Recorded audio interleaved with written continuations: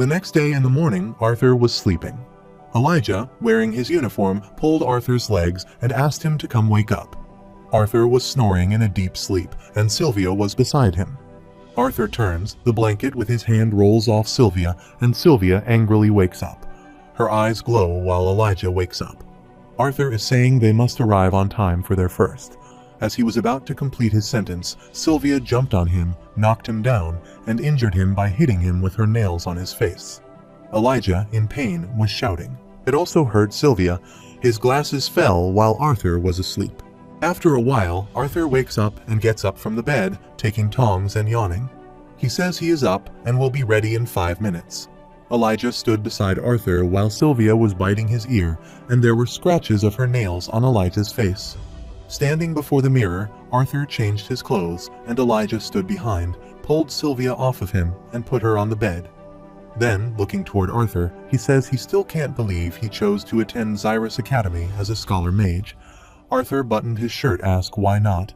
He told him he wanted to learn more about magic theory. Elijah stood beside Sylvia, brushing her stomach to relax her, answering Arthur yes, but he can do that by taking electives, not centering his whole academic life around it. Arthur ties his collar and says fighting kids his age doesn't really interest him, and besides, he will still be taking some battle mage classes. Elijah surprisingly adds he knows, but he has heard that scholar mages tend to be looked down on by battle mage students. Arthur laughs, asking if he is worrying about Elijah. He answers with a surprised facial expression. He worries about the students who will get sent to the medical ward for looking down on him. Arthur laughs, then ponytails his hair, and wearing an upper coat, says don't worry, Elijah. After this, Arthur gets ready, then buttons his upper coat and looks toward Elijah, saying he will try to behave. After this, they both come for breakfast. Arthur opens the dining hall door, and Sylvia sits on his shoulder. Elijah steps after him. Seeing them in the dining hall, Reynold, while having breakfast, says hurry up and eat them too. Arthur sits on the chair beside Ellie while she, with a sad face, places her hand and face on the table and says it's unfair. She wants to go to Xyrus too. Arthur moves his chair backward, smiles, and then stops slacking on her training. Sylvia sits on Arthur's shoulder and jumps. Elijah goes to Alice and, pointing toward his face, asks Aunt Alice if she minds healing his face. She chuckles, asking what he did to Sylvia this time, then waves her hand and asks him to come there. While having breakfast, Reynold looked toward his wife, who was healing Elijah with her magic, and asked who couldn't believe his boy was attending the famous Xyrus Academy. It looks like they raised him well, right, honey? She, with a smiley face, looks toward him and asks what he means by saying that she was the one who raised him. Reynold, looking toward his wife, surprisingly asks. He guessed the only time he raised his children was when they got into trouble, and she sat before him, waving her hand to answer as long as he knew. Also, Elijah was healed by Alice's healing magic, and then he happily stepped ahead, touching his face. However, the carriage was ready to depart. Elijah stood beside the carriage, and Arthur's parents were hugging him. Arthur, hugging his parents, says he will try to come home when he can. Arthur brushes Ellie's head and asks her to behave and look after their mother and father. Okay, she winks, answering yes. Then Arthur, stepping toward the carriage, turned and pointed toward his mother and sister, asking if they had the pendants, and he gave him the right to keep on. Elijah also entered the carriage, and Sylvia was already sitting there, pulling back the curtain and looking through the window. Reynold, pointing toward himself, asks Arthur no last words for his father. Also, Ellie and Alice show him a pendant on their neck and smile. Arthur enters the carriage, holding the carriage door, looking toward his father, and answers yes, don't burn down the house while he trains Dad. After some time, they arrive at the Xyrus Academy. Then, standing outside the academy gate, Arthur smiles, saying they are there. Also, Sylvia sat on his shoulder and smiled, and many students were passing to enter the academy. A large number of students from royal families came there on their beasts. Also, many students among them were magicians, and they came there with their magic wands. As Arthur and Elijah stepped ahead, a boy with dusky hair and glasses pointed ahead toward the white central building. Raise his voice, students. Please form a single file line in front of the white central building. Attendance at the entrance ceremony is mandatory. All the students step toward the white central building and enter there. However, in the main hall, students were clamoring there, and they were in the attendance line. In the reception area, a teacher was marking their attendance with the help of a globe. Also, those students whose attendance gets marked turn to the other side, and the teacher there calls Elijah Knight's name. Then, looking toward the globe, she marks the attendance, saying Battle Mage candidates have an affinity for Earth magic. After Elijah, it was Arthur's turn. The teacher welcomed Arthur and checked her bio. She said Student Arthur Lewin Scholar Mage Candidate Affinity, and she stopped there. Then she surprisingly raised her voice, asking for Earth and Wind magic. Arthur, surprisingly, pointed toward himself and asked if it was a problem. Elijah hits his arm with Arthur's smile, saying she is surprised that he is only a dual elemental mage. Also, Sylvia, sitting on Arthur's shoulder, laughs. The lady teacher shakes her head, answering no, then pointing ahead and saying, "Please go ahead." Both Arthur and Elijah turn and step ahead toward the hall. As they enter the hall, they are surprised. Elijah shockingly says he thought it would be a little quiet inside. With a surprised face, Arthur adds that there are few seats left. However, the hall was crowded with students, and all the students were clamoring while the speech area was empty. Elijah and Arthur step ahead and move toward the upper chair line. Elijah, passing by the students to get the chairs, asks the students sorry, pardon him. The students with red hair sit there and look toward Elijah angrily while Elijah passes by him and says he is a battle mage too. Arthur was stepping after Elijah and heard the red-haired student gossip in his friend's ear, saying, "Look, another nerdy scholar is weakling," as both the red-haired student and his friend were not giving the space to let them pass and move to the next chairs. Arthur stands before him and says excuse him. Then he angrily looking both of them and asks if he can get through. With Arthur's strong aura, both start shivering and pointing ahead fearfully, says go on. After this, both Arthur and Elijah got the seat. Elijah sat there chattering with the students sitting next to him.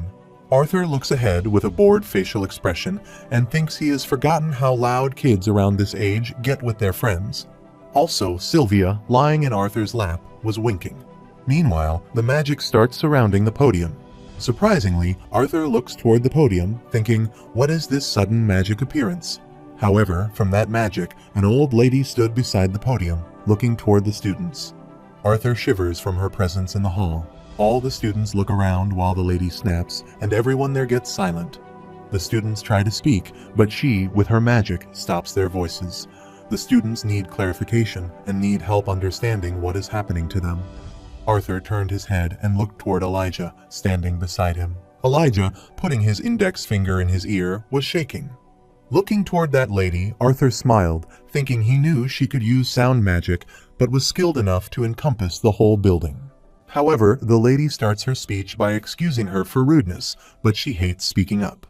Further, she says it's not very good for her throat, especially in her old age, and she would like to welcome them all.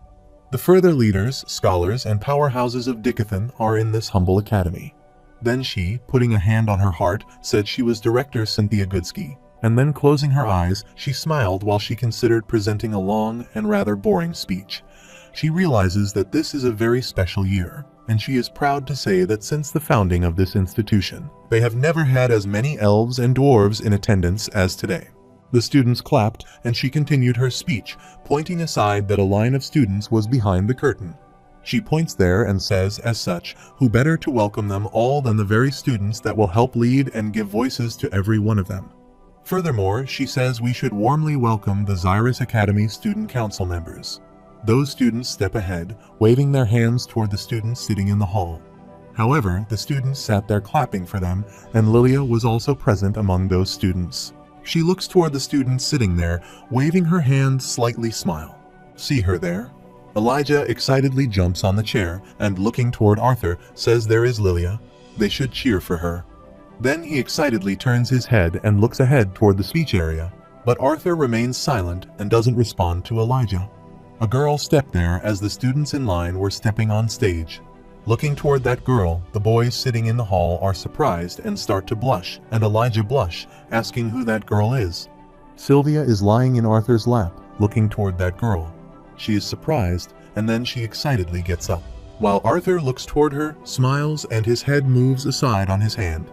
Arthur, with a smiley face, looking toward that girl, thinks long time no seen Tesha. However, that girl was nobody else but Tesha as she had grown up, and Tesha was the girl who gifted Ellie that bow on her birthday. All the boys were surprisingly looking toward Tesha, while Arthur, with a smiley face putting his face in his hand, was looking toward her. Meanwhile, two boys sitting in the next lane to Arthur and Elijah start talking about Tesha. One of them says that's the Princess Tesha Irelith he was talking about. He heard she has been on campus since last year as a direct disciple under Director Goodsky. The second one surprisingly asks why the director is infamous for never taking on a disciple. The first one answers that it's just how talented she is. Plus, she is downright gorgeous. It's not even fair. Further, he gossips in the second ear and says people say she is cold and strict. He hears the first one with a smiley face, and who cares? He wonders what he must do to get her to look at him. However, Tesha starts her speech by greeting everyone there, then puts a hand on her heart and says her name is Tesha Irelith. Their student council president, first and foremost, congratulations on their admittance to the finest institute of mages this continent has to offer. While she is in her first year like all of them, she has had the privilege of observing the academy for a year longer. Also, Lilia and a boy with yellow hair stood at either side, and she continued her speech, saying alongside the lessons and bonds formed within these grounds. She has also seen the discrimination scholar mages, in particular, have faced if mere uniform differences can divide them. She worries what the difference in race will lead to. He hears the white students sit on the chairs, proudly waving their hands and smiling, and the brown students sit beside him, surprisingly looking toward them. Furthermore, Tesha continues her speech, adding that today she stands before all of them, students of the new generation, and implores them. Then she waved her hands and raised her voice to cast aside the mindset of the older generation that bred hostility amongst the different races.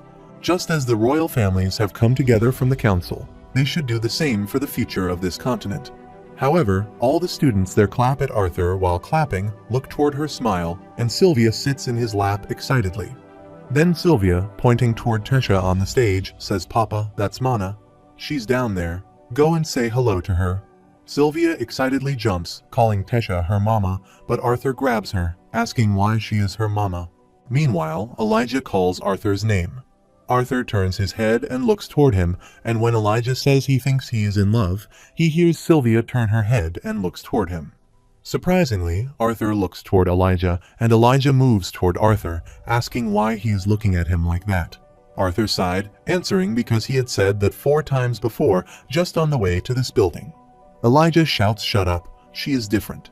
After her speech, Arthur looked toward Tesha, who turned and moved toward the students on stage and smiled, answering yes. Elijah moves toward Arthur, and by connecting his face with Arthur's, he grits his teeth, asking if his invitation to the Beautiful People mixer got lost in the mail.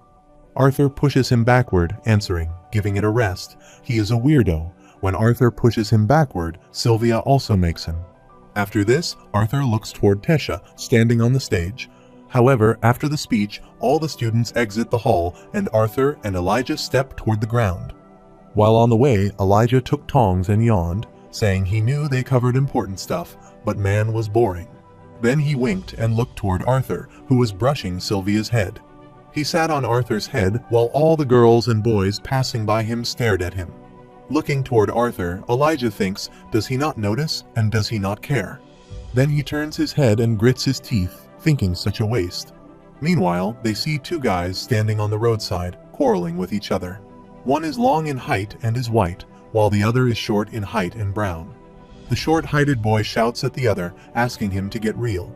He hears the white boy ask. He doesn't see how a short dwarf like him can even hope to become a real augmenter. Further, he asks why they don't stick to forging weapons for real warriors like him. The boy shouts, asking what he says and who he thinks he is. Also, the students there surround them. Elijah steps ahead and asks Arthur, "Come on, let's see what is going on." Arthur, looking toward those boys, thinks that blatant racism already looks like she is going to have a hard time with Tesha.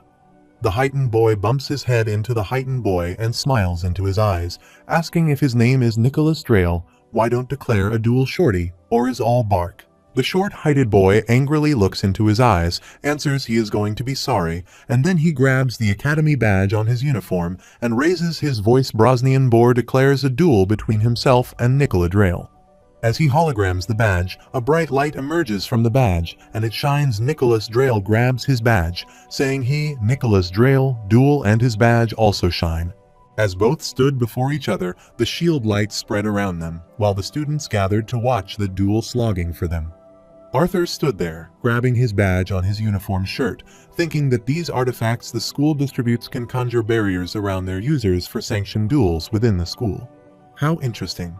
Also, Sylvia was sleeping on his head when Nicola swung his hand, in which he wore the dimension ring. A golden light came out of his hand, and he removed his sword from his dimension ring.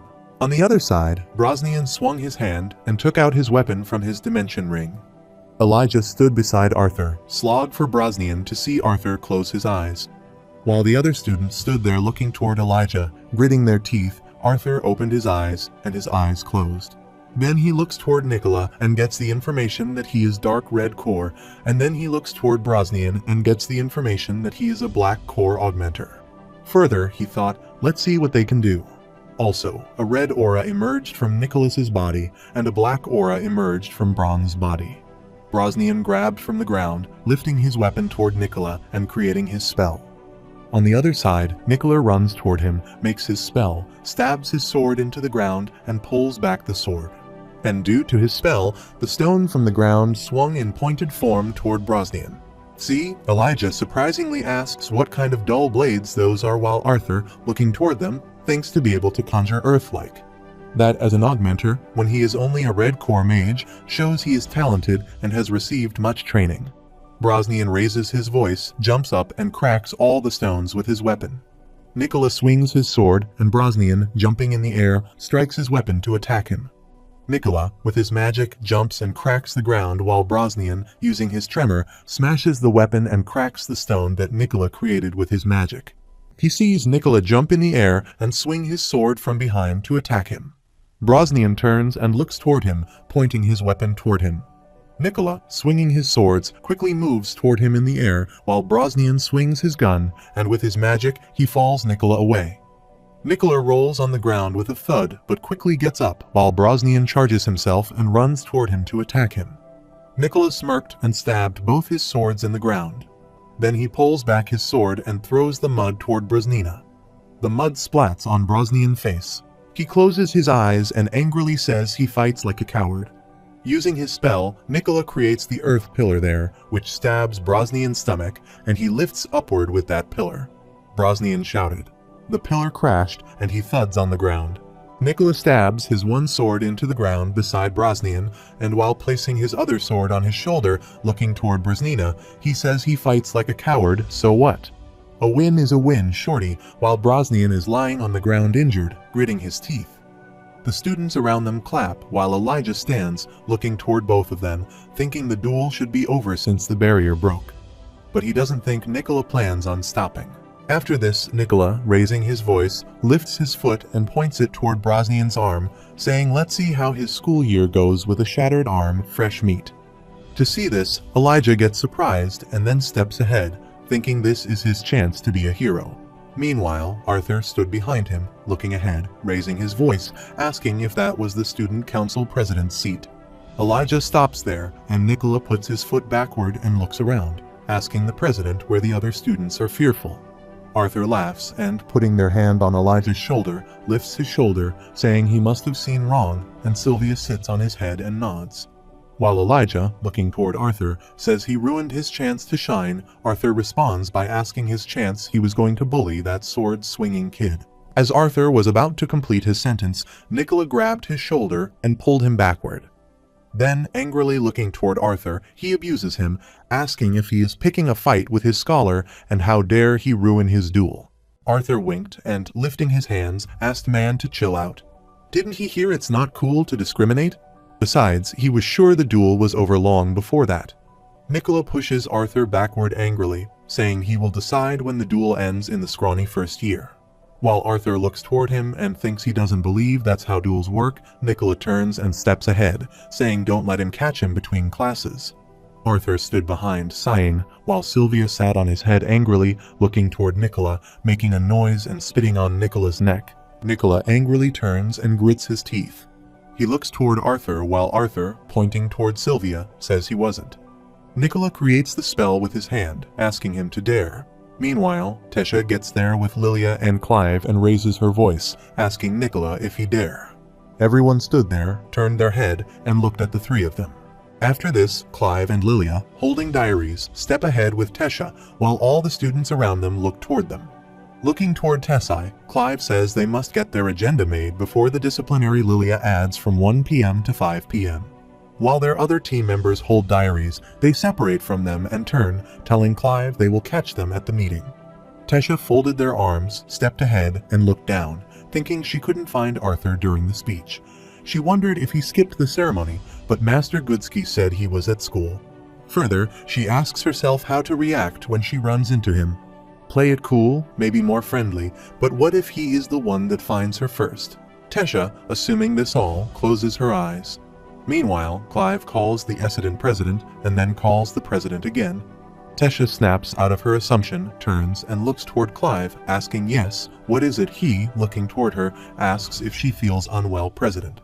Then she says they can cancel the other meeting if she raises her hand and adds no, it's fine. Then Tesha says there is a lot to do today. Suddenly, she notices Nicola's raging at Arthur, and that doesn't let him catch him between classes. While Arthur stood there, he turned his head, sighing, and Sylvia sat on Arthur's head angrily, looking toward Nicholas, who was making noise.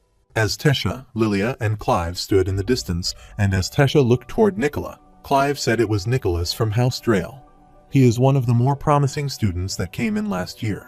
As Arthur stood there with his back to them, Clive, looking toward Arthur, says the red-haired boy seems to be a first year though. But he must recognize him from the Noble's prospective students' parties. He must be a commoner. Meanwhile, Tesha and Lilia recognize Arthur. Nicola angrily looks toward Arthur to create his spell and sees Tesha surprisingly think that the student is dead if he pisses Arthur off.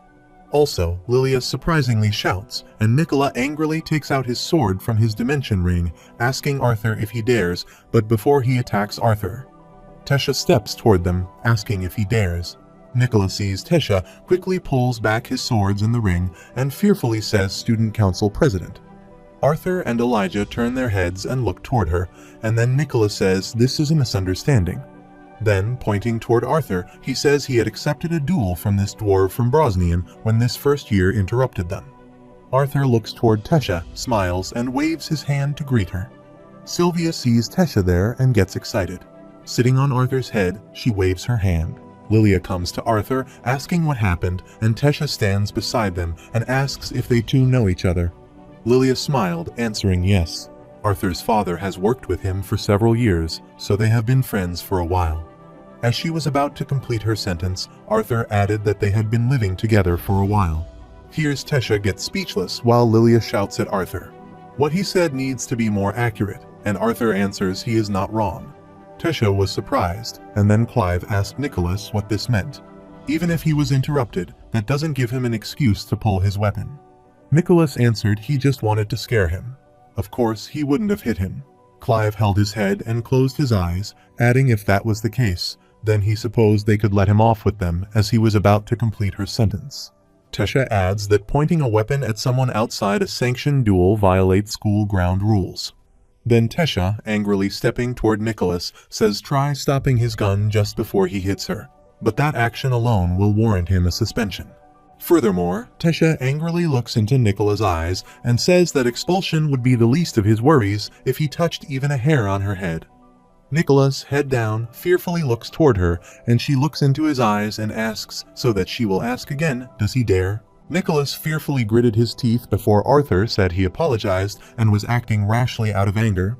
Arthur stands before him, putting his hand in his pocket, looks aside, whistling, and Sylvia sits on her head angrily and looks toward Nicholas. With no expression, Nicholas is surprised, and Tesha tells Nicholas his actions will be reported. Now leave. After this, Tesha turns her eyes, and looking at the students around her, she says everyone. They all fearfully turn to leave. Then she put a hand on her head, closed her eyes, and said to Arthur. However, she places a hand on her face, looks down, and asks why he is starting a fight on the first day of school. Asking this, Tessa thinks Grandpa told her he was trying to keep a low profile and asked what would happen if he beat a senior up so easily. Arthur stood before her, looking toward her, asking what she was assuming, watching the last 5 seconds of that situation. Also, Elijah stood beside him, playing with Sylvia and Tesha, looking toward Arthur's answer.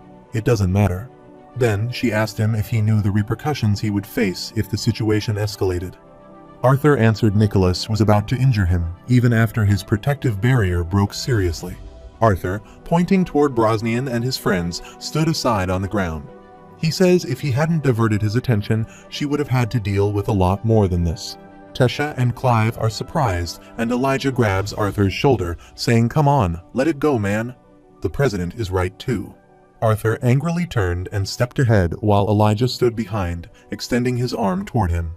Elijah gets sad, and Lilia stands beside him, putting a hand on his shoulder and asking him to relax. Meanwhile, Clive angrily passes by him toward Arthur while Elijah and Lilia turn their head and look toward him.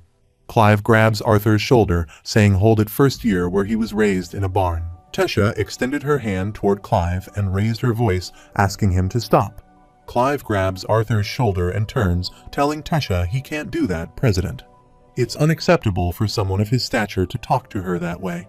Undoubtedly, because of his upbringing, he wasn't taught proper manners. Arthur stood ahead of Clive and said, "Man, he is getting sick of people just grabbing onto him like this." Clive looked toward him and asked what he had done. As Clive was about to complete his sentence, Arthur punched and flew him in the air. He sees Tesha Lilia, and Elijah is surprised. Clive thuds on the ground. Tesha calls Clive and quickly goes to him to ask if he is okay. Then Tesha gets up and extends her hand toward Arthur. She sees Elijah grabbing Sylvia, quickly gets there, and stands head down before Arthur.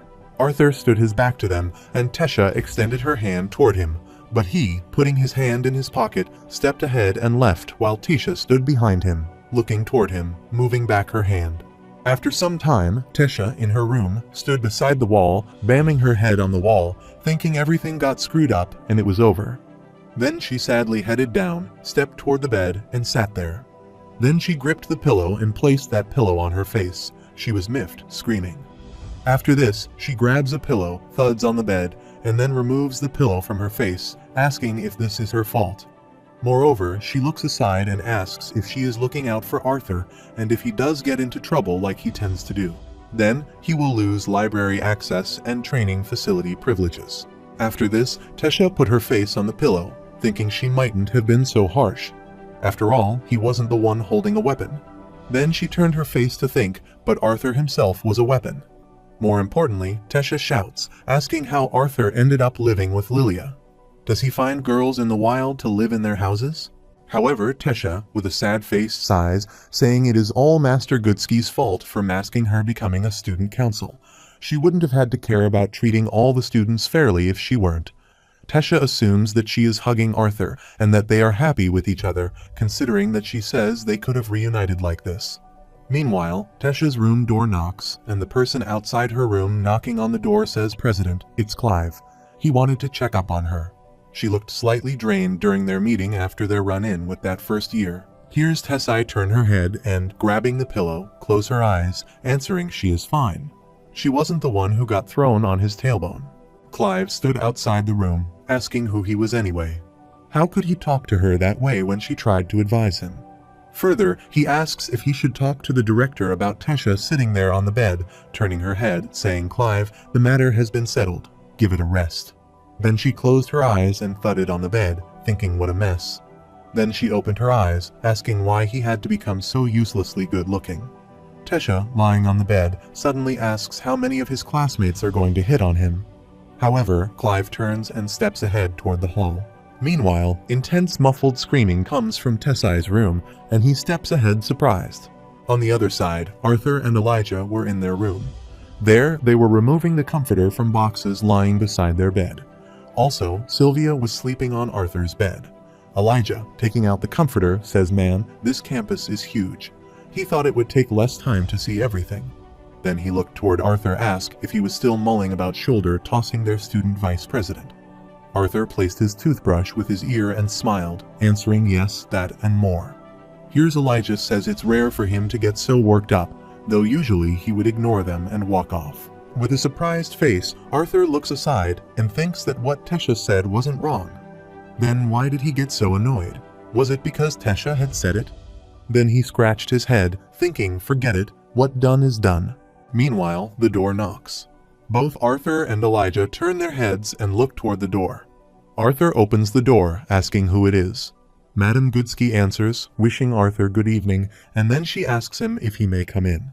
Arthur stood at the door, holding the door, remaining silent, while Elijah flicked and surprisingly looked toward the director, asked Director Goodsky. Then he bends before the director, saying it's an honor to meet her up close and in person. Arthur stands there holding the door and looks toward Elijah, bending before the director. Director Goodsky stands at the door, looking toward Elijah, and asks Elijah if she has heard great things about him from Vincent. Arthur, putting their hand on Elijah's shoulder, moves his aside, and he steps toward Elijah, pointing his hand toward the room, and asks the director to please come in, Director Goodsky. The director entered the room, and Elijah stood there looking toward Arthur. Then he held the door and stepped outside the room, saying he would get them something to drink downstairs. The director stood in the room and thanked Elijah, and then Arthur and Goodsky sat on the chairs before each other. Looking toward Arthur, the director says she told him to call her Cynthia. Arthur sat on the chair, leg on the leg, answered, and told her he wouldn't. Also, Sylvia was sleeping on Arthur's lap. Goodsky looks toward Sylvia lying in Arthur's lap and says it seems his bond isn't the only one that's changed. Here's Sylvia, placing her face on Arthur's arm, opening her eyes, and looking toward the director. After this, the director asks if she can only sense his wind and earth attributes mana, and if he is using a seal by any chance. Arthur lifts his hand and shows her the bracelet on his arm. Goodsky closes her eyes and sighs, adding that she is not disappointed. Furthermore, she says she hoped to go around flaunting him as her little Quadra Elemental protege, and she is glad to see he has opted to be a scholar mage as she expected. Looking toward the bracelet on his arm, Arthur answers that he was planning on telling her this when he got to visit her. Then, looking toward her, he says he made a troublesome enemy as an adventurer, and he would instead not give him any reason to suspect him, at least for now. Goodsky laughed and, putting a hand on her face, responded, to call the brother of a lance and heir to one of the most influential military houses a mere troublesome enemy. Then she looks toward Arthur and says she is almost worried about who his natural enemies will be. Arthur, looking aside, responds what an ominous thing to say to a preteen boy just starting his school life, while thinking he guessed they wouldn't keep that from her. Goodsky laughs, adding he is right to apologize. After this, Arthur says don't worry about it, but speaking of school life, he did want her to help with another matter. Goodsky, with a surprised face, asks what might be the answer. He wishes to take higher-level mana theory classes, especially those on deviants. Here's Goodsky added that would be pretty easy to do, but she thought one of his main reasons for attending this academy so late was to fit in with his peers. Arthur closed his eyes, saying he would take these classes on top of the normal ones with students his age. He is impatient to learn more about deviant mana manipulation since he has hit the ceiling on that recently. Saying this, Arthur smiles, thinking that there is nothing close to deviation magic in his old world. Goodsky responds very well. She will make it happen. She then smiled open her right hand, saying she could even give him a pass so he could observe the top upper-class mages' mock battles. Arthur gets excited, sits on the chair, moves forward, responding okay, then asks her what's the catch. Meanwhile, Elijah slams the door and, holding the tray of teacups, excitedly calls Arthur's name. Then, pointing toward Arthur, he raises his voice. He is rude to the director and asks how he can mistake her kindness for ulterior motives. Goodsky raises her hand and, looking toward Elijah, responds no, she did have an ulterior motive. Hears Elijah relax and then places the teacup on the table. While Goodsky looks toward Arthur and asks if he knows the student council, he hears Elijah placing the tea on the table and is surprised. However, Goodsky says, well, if they are what he would call this school's shields, she decided to make the sword this year. And she wants him to join the disciplinary committee, and hears Arthur ask what. Goodsky answers as he has already witnessed an academy full of young hormonal mages brought up thinking they are worth their weight in gold, often leading to problems. Arthur says go figure. Then she says the disciplinary committee will be responsible for upholding peace and enforcing rules in their little school ground. Here's Arthur asks if it is even something a first-year student should be a part of. He is not even a battle mage. Elijah sits on the bed beside Arthur, and Goodsky opens her arms and closes her eyes to answer her school's rules. Both of them are surprised then. Arthur turns his head near his eyes and sighs, adding that he forgot it. He can skip the theory classes. He will teach himself from the books in the library. However, Goodsky smiles, adding those books aren't accessible to first-year students, and even for upper-level students, he would need to show that he is a deviant. Then she looks toward Arthur and asks what he can't do now. Is she right? Director Goodsky, with an evil smile, takes out her tongue while Arthur, looking toward her angrily, grits his teeth. Looking toward both of them, Elijah thinks, why do these two seem like old friends instead of directors and students? After this, the director said that the disciplinary committee members were chosen for their strength so that he would have peers with whom he could regularly spar and learn. She will even give access to a private training facility. Arthur adds that the members were chosen for their strength. Does that mean she had raised her hand as he was about to complete his sentence? Arthur, looking toward her hand, stops there. She looks toward him and says, despite Housewike's insistence on giving a spot to Lucas. She declined them, hoping he would join her, and heard Arthur squeeze his eyes, asking if she had prepared thoroughly, hadn't she? Goodsky, with a smile on her face, says he and she are going up against each other. After all, Arthur responded fine, but that training facility had better be one of those mana-rich ones. Goodsky gets up from the chair, responding that it is already done. Then she creates the M and throws a pack to Arthur with her hand. Arthur surprisingly catches that package while she turns toward the door, standing at the door holding the door handle. Looking toward Arthur, she says she has already gotten the disciplinary committee uniform tailored for him. Elijah bends before her while Arthur, holding that package, looks toward her.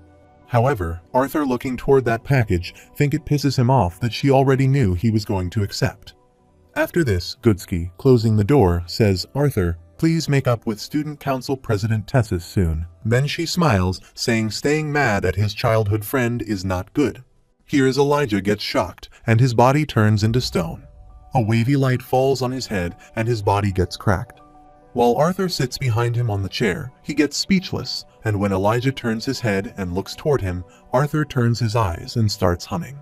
Elijah shouts at him, asking Tesha Iralith is his childhood friend. After this, Arthur and Elijah step on the roadside in the evening. Arthur, putting their hands in his pocket, says sorry, but he would tell him eventually. It just turned out that way he heard Elijah, head down, with a sad face, answering it okay. Also was sleeping on Elijah's head. Then Elijah explains that he too has what he might call a childhood friend, as this was a healthy girl with golden hair.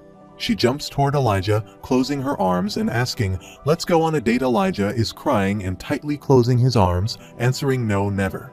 Also, when that healthy girl closes her hands, her dress sleeves tear apart, and then Elijah puts her hand on Arthur's shoulder and says her name is Helgarth. Arthur creates Elijah, and that girl's picture in his thoughts, looks up, laughs, and adds that he sees she sounds like a lovely little girl. After this, Arthur, climbing the S, Elijah stepping after him, asks Lilia P. to assess Cathum and even Princess Tesha. Further, he asks what's next. Is he going to start flirting with God? Arthur smiles, answering he never flirted with anyone. However, they both enter the mess room. While on the way, Elijah looks toward Arthur and asks what makes it even worse. Then Elijah opens his arms and asks if he oozes attractive pheromones.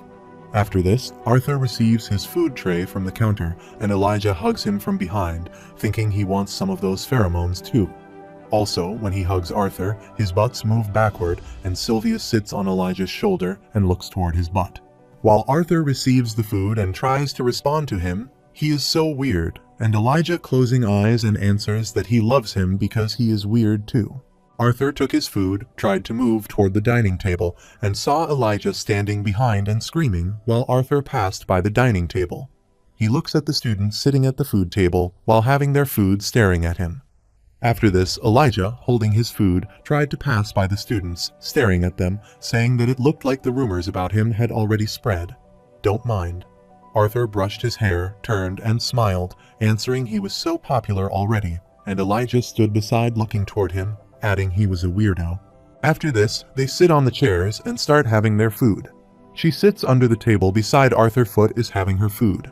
Meanwhile, a guy came to them saying excuse him. He couldn't help but notice that he was wasting his time with someone beneath him.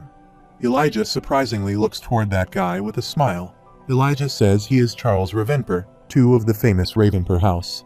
Then he asks if he has surely heard of it. Also, his two friends were with him and were looking toward Elijah. Then Charles says, well, he is feeling rather generous today. He will allow him to join his group. He can assure him that he won't regret it. Here's Elijah asks the Ravenport family while Arthur stands ahead of him PFFT.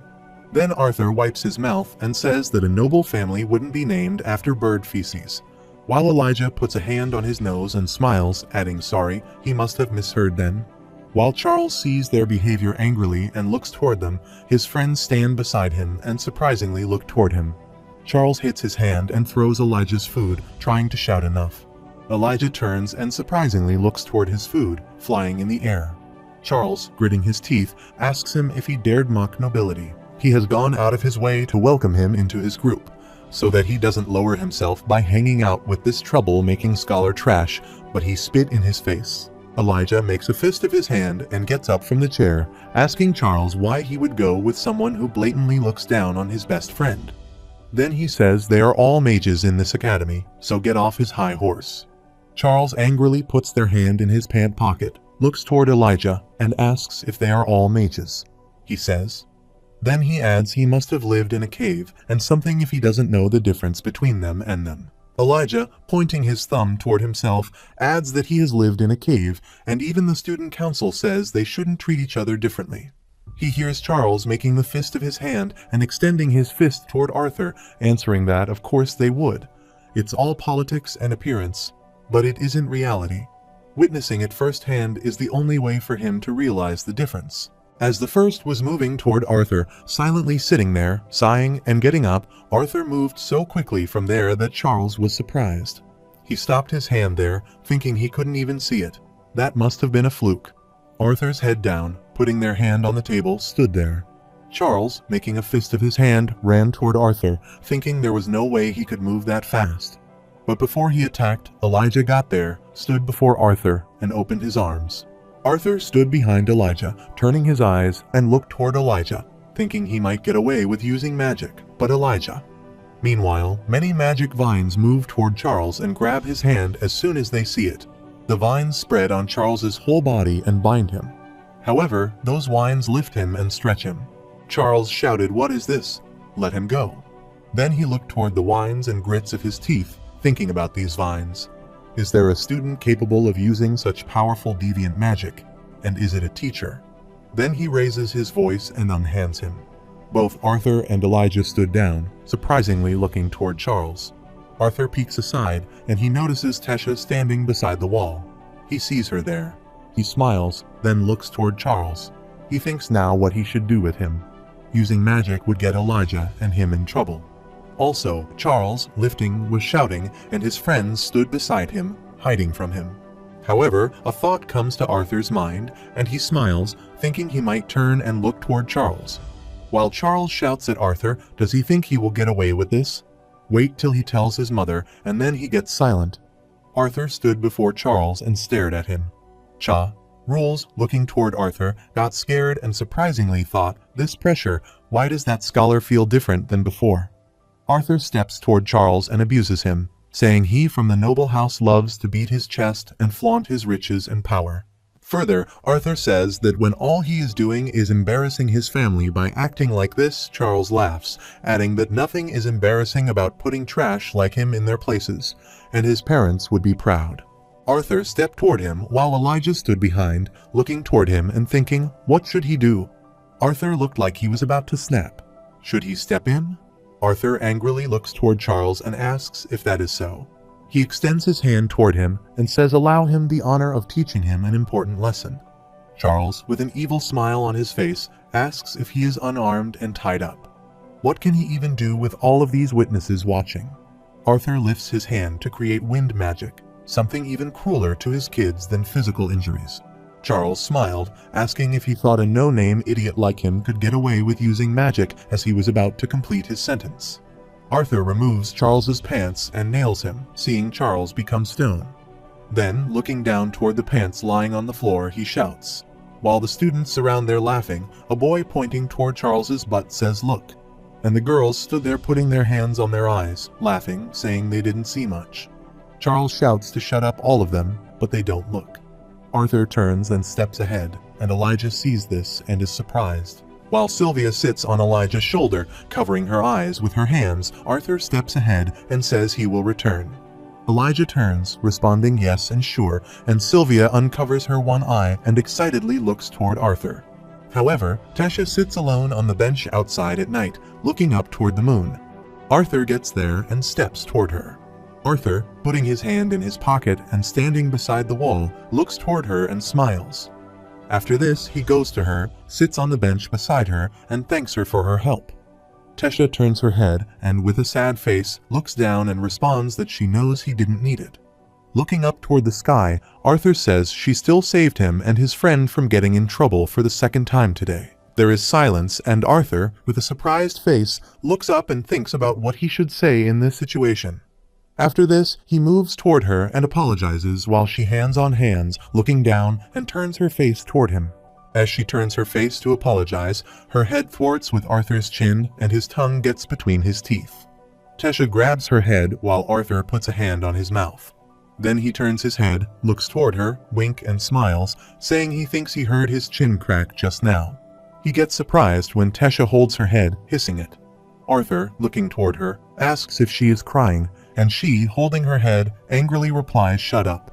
Then, with teary eyes, she heads up and looks toward him, saying it's because it hurts. Then she leaned her head on his shoulder, and Arthur asked her if it hurt that much. She closed her eyes, saying how swollen it looked already. Arthur pats her head and looks toward her with a smiley face. She leaned her head on his shoulder and said he hated her. Arthur, lovingly looking toward her, replies that even if there are times when he gets mad at her, he would never hate her, and she responds that she doesn't want that either. She hears Arthur get speechless, and then turns her head and lovingly looks toward him, saying she doesn't want him to get mad at her. Arthur, looking ahead, sighed, adding, well, this time he was wrong. He knew she was looking out for him, and he shouldn't have lashed out at her like that. Tesha answered no. She was bad too, and she shouldn't have called him out in front of all those people. However, Tesha closes her eyes, sighs, and smiles, adding that she guesses she is still trying to get the hang of this whole student council president thing. She is sitting there with her head on his shoulder, and they both are talking. Elijah, with Sylvia, gets there, saying Charles just managed to get out of the vines and pull his pants back up. Then he laughs, saying he should have seen his face. As he was about to complete his sentence, he was surprised to see Arthur and Tesha there. Sylvia excitedly jumps toward Arthur, and Elijah looks toward Arthur and makes the puffy face say his words. Elijah, waving his hand, turns toward the wall and leaves while Arthur, looking toward him, thinks, what is that fool thinking now? Sylvia quickly moved toward Tesha and sat in her lap, calling her mama. Tesha lovingly holds Sylvia while Sylvia lovingly licks her face with her tongue. Meanwhile, Arthur gets up and extends his hand toward Tesha, asking if she wants to walk with him. After this, both of them go for a walk. While walking, Tesha says she can't believe all that happened while he was an adventurer. Arthur answered, and he had no idea that Director Goodsky was so close with Gramps. No wonder she knew so much about him.